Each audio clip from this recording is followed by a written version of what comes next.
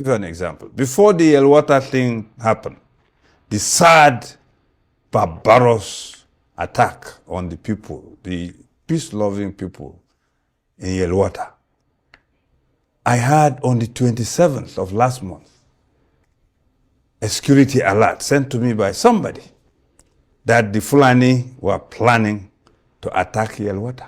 I have it on my phone. That means before it got to me, it would have... Hello and what's up guys? In this video, tension is rising fast as a respected Middle Belt elder has just exposed a shocking secret that is shaking Nigeria's defense headquarters. According to him, he personally received a security alert on May 27th, warning that Fulani militants were planning an attack on Yelwater in Benue State. The message is still on his phone, clear proof that the warning came before the killings happened. Now think about it, if that alert reached an ordinary citizen, how can the country's entire security apparatus claim they didn't know? This raises some serious and disturbing questions. Did the authorities ignore the alert? Or is there something even more sinister at play? Why was no action taken to prevent the bloodshed in Benue? Guys, this isn't just negligence. It might be a deliberate cover-up. I will let you watch this video for yourself so you can see exactly what I'm talking about. Also, don't forget to like, share, and subscribe to this channel if you haven't already done so. Take a look guys and remember to share your thoughts after watching. Give you an example. Before the Yelwater thing happened, the sad, barbarous attack on the people, the peace-loving people in Yelwater, I had on the 27th of last month a security alert sent to me by somebody that the Fulani were planning to attack Yelwater. I have it on my phone. That means before it got to me, it would have reached the security apparatus of this country. Unfortunately, when you see a government where deliberately, Mr. President, irrespective of my appreciation of his visit to Benue, whether it achieves some objective or not, at least it's better than that of the former president.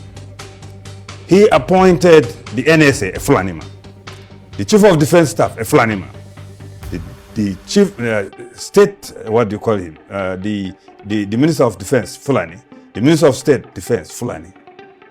Now, when such information reaches these high offices, do you think it will go beyond that? It will not. But those are just allegations. It is not issue, whether it is an allegation, a security report. If an ordinary citizen like me can have it forwarded to my phone by somebody. And you can authenticate the source of that security. The security apparatus in this country would have had it. The DSS would have investigated it. The DIA would have investigated it. They would have confirmed. But when the people at the top are people who belong to those ethnic nationalities, being under consideration or under probe, then what would become of it? Nothing. So if on 27th, an ordinary person like me got a wind of this thing, and it came and happened, and people were massacred, over 200, then you know there's something wrong in this country. What the Totif said is correct. Just add to that and say it is being driven by Islamization and Fulanization. Okay. Selective empathy, Fulani supremacy, ideology and agenda behind the land grabbing in Benue. The recent killings in Benue have once again left families shattered, villagers burned, and innocent life lost. Yet we don't hear a word from the emirs. The son of Sokoto silent, no press release, no outrage, no condolence, no Northern Forum elites gathering together. But a few weeks ago, when the Fulani headers were reportedly killed in Edo State, these same leaders were loud and clear. They condemned the violence, demanded justice, and made headlines. So here is the uncomfortable truth. No one wants to say it loud. If you are not Fulani, your life means nothing to them. This isn't just about silence. It's about an agenda, a quiet calculated push to possess and dominate indigenous lands, particularly in the Middle Belt. The people of Benue are being massacred, and the nation's so-called moral and cultural leaders act like it's none of their business. Why? Because Benue is resisting Fulani expansion. Because Benue won't bow. And when you call this out, they say it's ethnic profiling. You call it hate speech. What is hate speech? What do you know about hate speech? But I ask, Is it hate speech or to demand for justice? Is it ethnic profiling or to expose systematic bias in our society? The Fulani elites have been pushing for the belief that they were born to rule, that Nigeria belongs to them. This supremacy is the quiet virus eating at our unity. At the moment, you challenge it, they brand it, you are a bigot or a troublemaker. But I refuse to be silent. I will not watch our people in Benue turn into statistics while the so-called custodians of peace only rise when Fulani blood is spilled. This is not a country for one ethnic group. Nigeria belongs to all of us. And until we stop treating one tribe like gods and the rest like grass, there will never be peace. And there will not be peace until we have just... It looks like we have two Nigeria in this country, because I don't understand why over 50 people have been killed in Benue, yet everywhere is quiet. If this happened in southern Nigeria, that one Fulani was killed, the whole of the north will be in flames. I think that southern Nigeria needs to be liberated from mental slavery, because something like this happened. Just few people that had this incident in Edo State, the governor ran to the north to go and beg, to go and cower to them. But I've not seen any governor, even a northern elder, speaking against this mass killing. There must be a Fulani agenda in this country, and you guys are not talking about it, and this is bad. If you care not taking, Fulani will colonize this country. In your very eyes, you will see. Thanks. Hello, Oshichimundi here. So today we're still on the issue of Fulani agenda within West Africa. And I want to make it clear, the Fulani agenda in West Africa is real. These people are looking for a home, because the Fulanis are the only group of people that don't have a history of basically where they can call home. Their first kingdom recorded in history was Tuklo, or what you call Tekru, in modern day Mali and northern Senegal, within the Fouta Toro and Fouta Jalo. Now, for you to understand what the Europeans did when they came to the African continent, is that when they came, they met two types of Africans. They met the pastoralist Africans and they met the farmers. And the battle between pastoralists and farmers is an age-long battle within the African continent. And in the case of, I want to use the case of Rwanda now, what happened in Rwanda, and how it's also correlates what is happening here in West Africa. In the case of Rwanda, the pastoralists there were of the Tutsi stock. The Tutsi are more slim, they are tall, they are different from we the farmers, or what we call the Bantus. Basically these guys that are more slender, and they are no Bantus. And again, there are two types of Africans. They are Bantus and they are Nilots, and they are those of mixed breed. And the Fulanis, based on history, the Fulani have mixed breed. They come from a line of North Africans and people from Sub-Saharan Africans, so they are not of pure blood. Now, in the case of Rwanda, the people that the Europeans met, that the pastoralists there were the Tutsis, and according to them, the Tutsis were way more advanced than the pastoralists. Why they were in the minority. Remember, that is the same thing in West Africa here. The Fulanis are the minorities, and they are the ones controlling a lot of countries here. I think as of 2022 or 23, most of the leaders within West Africa were of Fulani origin. The current vice president of Sierra Leone is Fulani, and the current prime minister of Cameroon is also a Fulani. So these guys have. So now back to the Rwanda issue. Now the majority of the people that constitute the population of Rwanda were the Hutus. The Hutus were basically farmers, and they constitute the majority. Now when the Europeans came, they favored the Tutsis way above the Hutus, who can be considered as the Bantus. Now they favored them into military government position, and when all this was happening, the Hutus began to rebel, because they are the majority. The same way the Hausas now begin to rebel in northern Nigeria, that look, the Fulanis have dominated us for a very long time now, and it's time for us to break free. That was what happened in Rwanda, and it led to the Rwandan genocide, where the two Hutu presidents were killed, and retaliation happened, and again, almost 800,000 people died. Now back to West Africa, I told you in my previous videos that when the Europeans came to West Africa, they met, especially Nigeria, they met basically two groups of people, two Islamic empires that were basically doing the same thing the Europeans were doing, or the Arabs were doing. They went to slave raiding and slave trading. That was the main business of the Kanem-Borno Empire and the Fulani Caliphate. They were into slave raiding and slave trading. And you can see now in Nigeria, you can see the power shift now. The current vice president of Nigeria is Kanuri. So this should tell you that it's either they produce a president that is from Kanuri stock or from the Fulani Caliphate. And you can also see most of the disturbances in Nigeria right now come from these two Islamic empires before the amalgamation of Nigeria. The Benue Empire are dealing with Boko Haram now, and they are conquering the same territories that they were controlling before the coming of the Europeans. Remember, in northern Nigeria now, there are places that Boko Haram have conquered, and they are collecting tax, and they are put their flag there.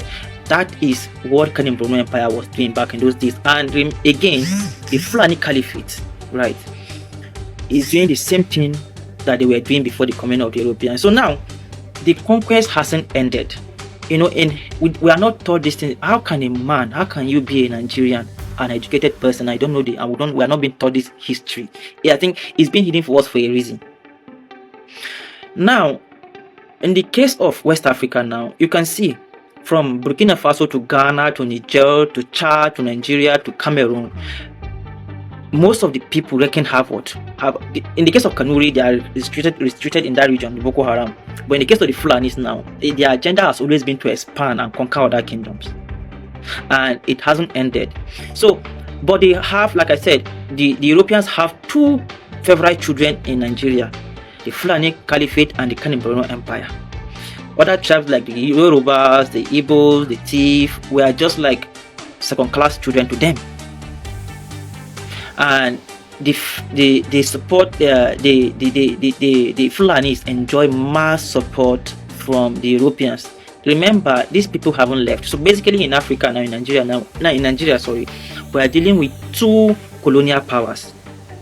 First, the European powers that are controlling the Fulanis they are the ones supporting these Fulanis. It's in written history that the Fulanis are in bed with the Europeans, and they're getting their support from them. And why do you think that the Fulanis will come to Benue State and kill people and the governors will look powerless? It's because these guys know exactly what is happening. Look, in every human history, there is a history of conquest, and that is why we must educate ourselves that, look, these things are not going to end. They are not going to end until we stand up and put an end to it. Like I said, the Fulanis are in every region. They are in Yoruba land, they are in Igbo land, they are in the south, they are in Tiv land. But the Benue trough has always been contested for them, because if you understand, the Tiv and the Igbos are the only tribes that are majorly Christian, 98% or even 99%. My people, the Tiv people, don't like that religion. I can tell you for a fact. In fact, a Tiv man will prefer to die than to be turned into, like, we are not in bed with that religion. So it has always been contested for years, and it has been hard for them to conquer we in the Benue Valley and some part of Plateau. Remember, in the entire Middle Belt, the place that these people are finding difficult to penetrate is Benue State and some part of Plateau. So the attacks in Plateau is not by accident. It's an age-long battle. It's the same with the case of Benue State. So, like I said, what is the solution? The solution is that the solution is in our hands. It's in your hands, my people, Nigerians at large, and my people from Benue State. Look, hold your pastors accountable. They must start speaking out. Look, it's either they start speaking out or we all perish. If they don't speak out, boycott church, or don't give offering, don't give tithe. Like, you guys you need to understand what is happening. Can't you see that all these things will not solve our problem? By going to church, we bury our head in the sand and praying to God to come and save us. Look, nobody is coming to save us. Like I've said, the people that we look up to are buying billions of weapons, advance the defense system from other countries to defend themselves. But you here, they're asking you to pray. They're asking you to pray and fast that God will come and save you. Can't you see you have been misled? You have been misled. So the Fulani agenda is real, and they are being supported by outsiders. Look, they are being supported because they are favored by Europeans, and the Europeans want our resources. And look at what happened just now. An entire place was wiped out because they want tin. So these people are using Fulanis as front run to take over our land so that Fulanis will be able to give them access to our resources. It's a religious war, it's war for economics, and it's war for survival. And Benue State and the Plateau were one of the most endowed state with mineral resources in Nigeria. Our climate is good, so we need to understand the solution lies in our hand. Boycott church, stay at home, or you'll be killed. Thank you. See you next time. Peace. This is a young Fulani herdsman with weapons, cartridges. General Christopher Musa, the Chief of Defense Staff. If I go around telling Benue people and Benue youths to go and get weapons and buy guns and start defending themselves, you label me a terrorist easily. Because somehow, I look like somebody who is responsible. And so I value my life enough to be afraid.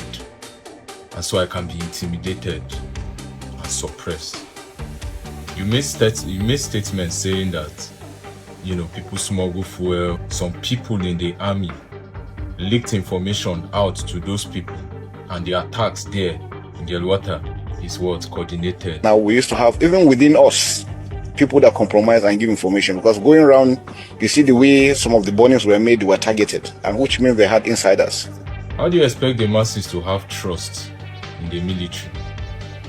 With all the news we've been seeing online, how do you expect us to have trust in the military? Every Fulani guy can confidently say that we are coming to buy you guys again, we'll come and kill you guys again. This is just the first one. Like this guy here. This is just the beginning. They never see something. And I want to tell you something. Fulani are not like government. I'm seeing in social media abusing government, doing this. Fulani are not like government. You have to be very careful. You have to be very careful. Last month, I come meet with one video. Benue State people, they give Fulanis 14 days to come out in their state. That one is rubbish now. They don't have the right to chase all Fulani in their state. Whether you state peace with Fulani or they should leave Benue State. They have the guts to say that Fulani are not Nigerian government. Meaning that they are above the law, they act how they want to act. When I looked at the message I sent to the president talking about his visit to my state, I just realized that, Dokuma, you are still mourning. Because I'm somebody, besides losing my father and inheriting a whole lot of baggage while they try handle, I'm somebody who has been a victim right from childhood of crisis, from one crisis to the other. My family fled from Kano to Jos because of Kano crisis. In Jos again, people in my street almost killed us in the house. We had to also flee from there to safety. And now that I'm in Benue, the enemy is still encroaching. And then you have Fulani people telling you that they are indigenous of Benue State, that we must learn to live with them. Millions of Fulanis, they have been born and brought up in Benue, and you ask them to leave the state. Unacceptable. It can't happen. Seriously. So you people, you have a traditional rulers, both the Fulanis and the other tribes. So you have to call on them and ask them to organize a meeting between the traditional law. If they organize a meeting, maybe they will discuss how to solve the issue. That's simple. But to be fighting each other or to ask the other tribes to leave the state, it will never happen, and it will never be the solution of what's happening in the particular state. Seriously. Through what? Acts of terrorism. You're imposing yourself on us. Is there no other place to find land? Are there no other lands to go to? Why is it Benue? Why is it special to you people? And to the Benue people, we need to learn how to protect what is ours, because I've said it before. I've made several videos here. The other one, I was literally backing here. At the para for here, they say that they keep you for Zakibiam. They change narrative. They say, now boys, now this one, our community. Zakibiam, where 70% of the yam tubers in this country come out from. Our food sovereignty is being attacked. But we are sitting down and watching. Because we as Benue people have decided to be voting people based on sentiments. We voted Governor Ali into power based on sentiment, based on religious sentiments. So we carry on for head, he's going to bring the Holy Church and he's going to lead with. Has he led with? Popularity is not leadership. I will tell you guys now, popularity is not leadership. Because so far, he has been clueless in everything.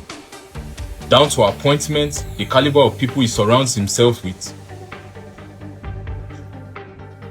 With all the protests that happened in Benue, the Commissioner for Youth did not come out to say anything, to show solidarity, nothing. He has been mute. I've not seen any video. And if there's any video, mention me, make I see him. But I won't take back my words because I know see him.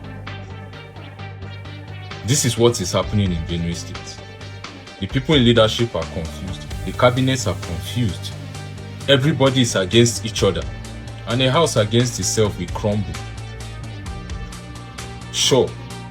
And when the president came, because I was watching the video, the MC after the Totif has spoken the mind of the people and saying this is a planned strategic genocide of wiping out the Benue people. The MC proceeded to say that what the Totif is saying, that Mr. President, if we have given you 2,000 votes in the past, he's saying that we will give you 10,000 votes more this time around. Father has just said, if we gave you 2,000 votes the last time, we're giving you 10,000 votes this time around across political lines. We love you and we support you. Every time, find a way to push selfish interests. Children were lined up under the rain waiting for the president. These are children that we are fighting for their future, but the adults do not know when to set priorities. In a state where people have been gone down for over 10, 15 years, it has been going on with 50, 20, the news we suppress, people are dying. I shout. Not hearing anything. Everybody is shouting, buy guns, give more, now go fight, now go carry guns, go do this one. Yes, it has gotten to that point because the military is telling us that we are on our own. How can the president ask you, why have no arrests been made? What he meant is that you would have found these people because we have the intelligence to actually find these people. You would have found these people and started interrogation, but nothing. No response, nothing to answer. People came to show their grievances. Police arrest them. They are actually challenging and asking. They are demanding. You still use live ammunition. And reports hitting me now that there is a sect that has been created that it's neither police nor security. They are like decorated thugs that are being sent to chase people and abduct them. A lot of people saying they couldn't go out because the police is going around arresting people. So you don't have rights. We as a youth do not have rights. We are still in fear. Constant fear. Are we unified as a youth? I will not say we are. We're only unified when there is a problem that it looks like we have to talk about it. But on the daily, is this what we do? On the daily. Because if all of us are like this, we go know say we don't dey ready. There are two types of revolution. They fall under two classes. There's a violent revolution and there's an intelligent revolution. And either ways, one must happen because this world cannot just be like this. How can you say that? How can you say that it will happen again? Others are saying that we must learn how to live with them. I said this to the governor the other time. Do not go down in history as the one that sold your land to other people. And Mr. President came there and said that we need to establish ranch. So the undertone I'm getting there is that this ranching thing must happen. And that is the way, that is the gate. You no go ask people wetin they do before you impose on them. We don't want ranches for cattle. We do other livestock. Okay, you say we should do ranching. Oh yeah, now we go do our own ranching. We rear our own cows. We go consume our own cows. Must we buy the cows from the Fulani people? Abi they pour sugar inside Fulani meat? I'm just asking. because the silence from my state has been too much. Whether you like me, Benue State, whether you don't like me, just understand that we are in this thing together, and your like or hate or dislike cannot save us. We don't come together and finish this thing and use our brain. A committee will be formed of non-indigenous and indigenous, and they will sit in Abuja and deliberate. Why is there no instantaneous results when it comes to people's lives? Why? Why is there no instantaneous results or directive when it comes to people's lives? Because loss of life has become a normal thing in Nigeria. They're just living like animals. You know, say animals, the way animals they one feet die near them, they will just still continue the way that they go down and don't go. That's what the system is forcing us to be, like animals. And let me be clear about food sovereignty. You understand? What is happening in Benue State has external hands inside it. Do you understand?